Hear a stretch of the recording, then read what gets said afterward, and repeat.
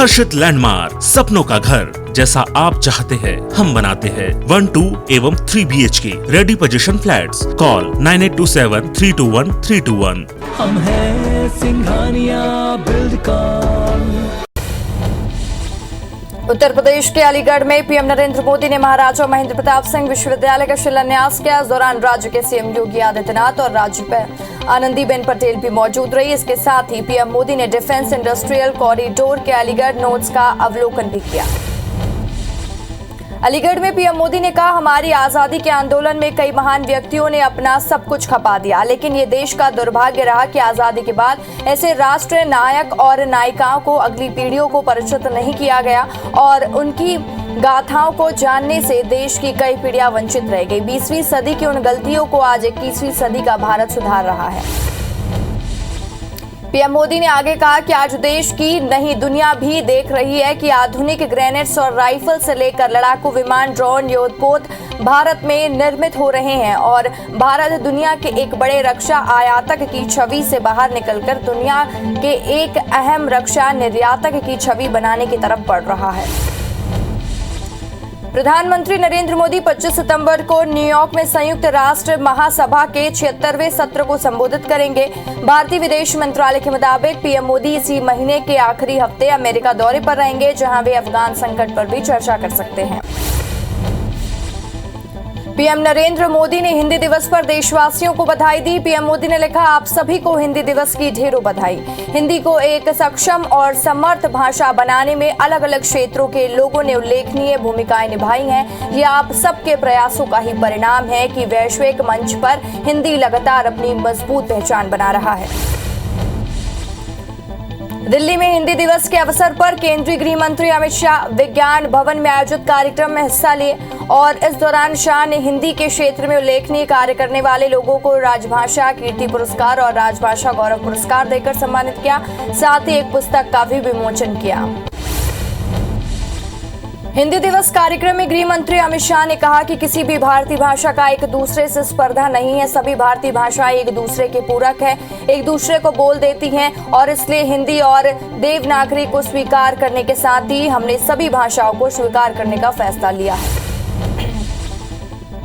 केंद्रीय मंत्री नितिन गडकरी ने जयपुर में संसदीय प्रणाली और जन अपेक्षाएं विषय पर आयोजित कार्यशाला में शिरकत की और इस दौरान मंत्री नितिन गडकरी ने राजस्थान सरकार पर निशाना साधते हुए कहा कि विधायक मंत्री बनना चाहते हैं, मंत्री सीएम और सीएम इसलिए दुखी है कि उसका पद कब तक बना रहे। तालिबान की अंतरिम सरकार के गठन के बाद अमेरिका ने अफगानिस्तान के लोगों की आर्थिक मदद करने का ऐलान किया है। अमेरिका ने राजदूत लिंडा स्टोन ग्रीनफील्ड ने कहा है कि अमेरिका अफगानिस्तान की जनता के लिए 470 करोड़ रुपए की मानवीय सहायता देने के लिए तैयार है। उन्होंने कहा कि अफगानिस्तान की स्थिति गंभीर है। गुजरात के जूनागढ़ में लगातार हो रही बारिश की वजह से बाढ़ जैसे हालात है। सड़कें पानी में डूब चुकी हैं, जिससे आवाजाही प्रभावित हो रही है। यही नहीं, मकानों में पानी घुसने की वजह से हालात बेकाबू हो चुके हैं। वहीं बारिश से कई जगह सड़कें टूट चुकी हैं। प्रदेश में लगातार भारी बारिश से नदी नाले उफान पर है। राजेंद्र त्रिवेणी संगम का जलस्तर बढ़ गया है। संगम में कुलेश्वर महादेव का चबूतरा चारों ओर पानी से घिर गया है। वहीं कुलेश्वर महादेव का चबूतरा करीब 8 फीट तक डूब गया है।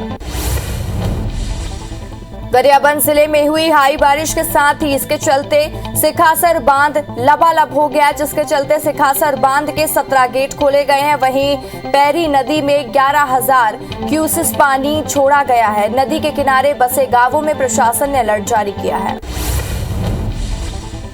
राजधानी भोपाल के एमपी नगर स्थित रचना अंडरब्रिज के पास पानी की पाइपलाइन डैमेज हो गई, जिससे पानी करीब 50 फीट ऊंचा पानी का फव्वारा उठने लगा। इस दौरान लगभग आधे घंटे तक पानी बर्बाद होता रहा। वहीं नगर निगम के कर्मचारी नदारत रहे।